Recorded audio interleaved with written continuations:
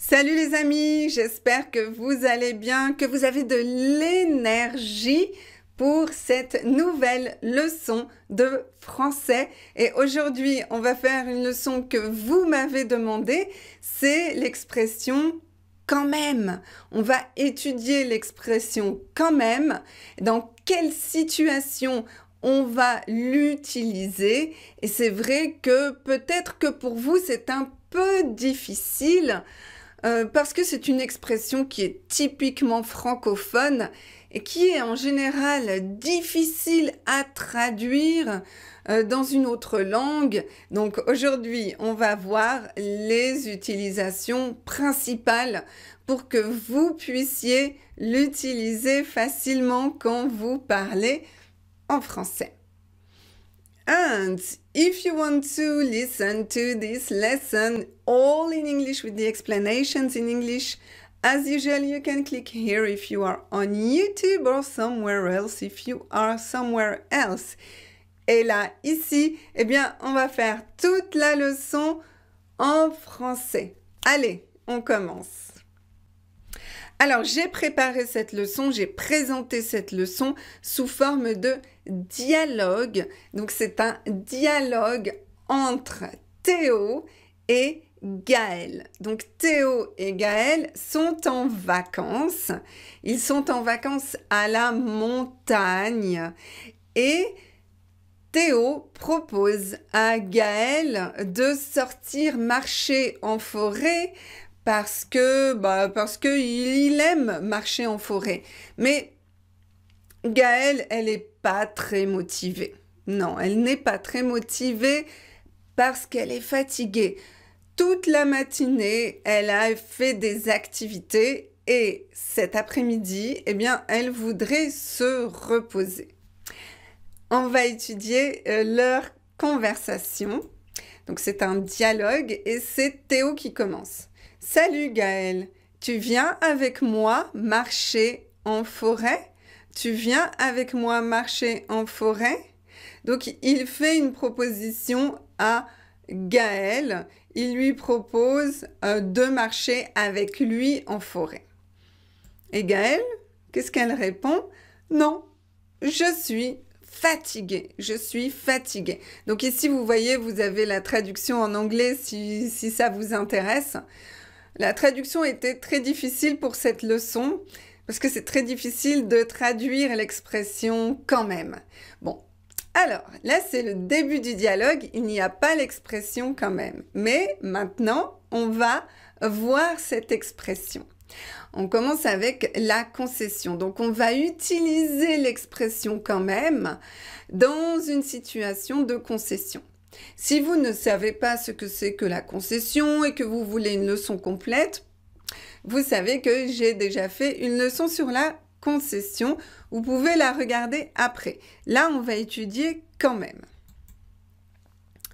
Donc, Gaël a dit « Non, je suis fatiguée ». Mais Théo, il va insister. « Ok, mais tu devrais sortir quand même. Ça te ferait du bien. » Donc là, il trouve un argument, il lui dit « ça te ferait du bien ». Et c'est la concession, pourquoi? Parce que, eh bien, on peut dire « même si tu es fatigué, tu devrais sortir ».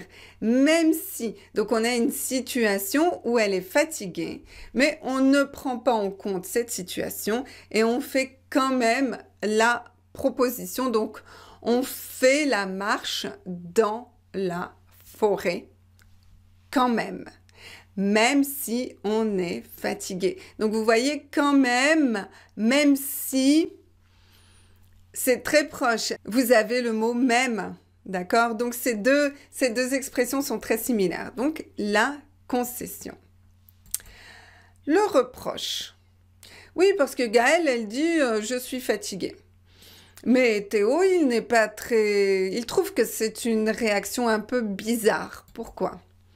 Quand même, tu as fait la sieste. Comment peux-tu être fatigué? Donc là, c'est le reproche et c'est aussi l'étonnement, la surprise. Théo, il est très étonné, il est très surpris que Gaël soit fatiguée parce qu'elle a fait la sieste. Faire la sieste, ça veut dire qu'on a dormi un petit peu pendant l'après-midi. En général, en début d'après-midi, on dort un petit peu, on fait la sieste. Donc ici, le reproche, la surprise. Donc en anglais, j'ai mis really. Bon, voilà, c'est un petit peu... c'est pas exactement la même chose, mais l'idée est là. Donc vraiment, tu exagères. Vous voyez l'idée qui est derrière l'étonnement et le reproche. Tu exagères. Exagère. Ouais, c'est difficile à prononcer. Za. Donc là, vous avez z. Exagère. Tu exagères. Ok, voilà. Donc quand même, le reproche avec l'exclamation. Encore un autre reproche. Quand même, tu pourrais faire un effort. Quand même, tu pourrais faire un effort. Allez, come on, allez, tu pourrais faire un effort. Voilà, donc là, il y a une motivation, il essaye de la motiver et en même temps, il lui fait un reproche. Donc, c'est très similaire à la situation précédente. Ici, c'est l'intonation qui est plus forte. Quand même, tu pourrais faire un effort. Voilà, l'intonation est un peu différente, mais c'est la même chose. Quand même, ou quand même. Voilà, bon, là, ce n'est pas très important l'intonation, l'important c'est l'utilisation pour le reproche. Ok? Donc, pourquoi j'utilise aller? Ce n'est pas une situation formelle et ce n'est pas une situation plurielle. Donc, pourquoi j'utilise, eh bien, la deuxième personne du pluriel? Parce que c'est une expression, c'est comme ça. Même si vous parlez à un ami, eh bien, vous utilisez aller.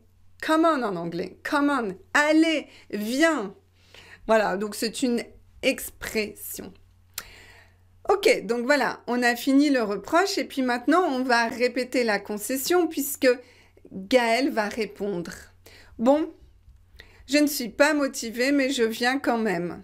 Je ne suis pas motivée mais je viens quand même.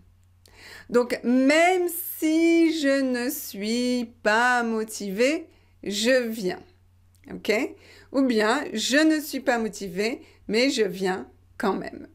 Ok, donc vous avez compris la concession. Maintenant, on termine avec la confirmation. Et ça, c'est peut-être l'utilisation la plus bizarre pour vous. Bravo, tu ne voulais pas rester seul à l'hôtel quand même.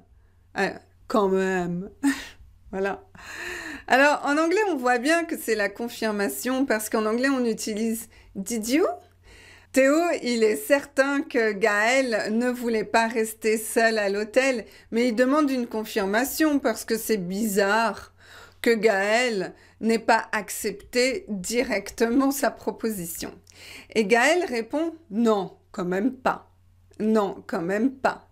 No, I did not, no way. » Donc voilà, donc finalement, Gaël, elle admet,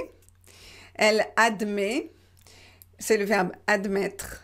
Elle admet que oui, c'est vrai, elle ne voulait pas rester seule à l'hôtel et que Théo, il a raison de lui proposer de sortir.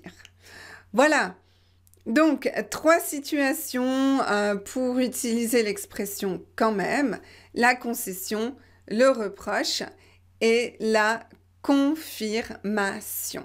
Voilà, donc pour la prononciation, vous savez très bien qu'il ne faut pas prononcer le D final, donc quand même.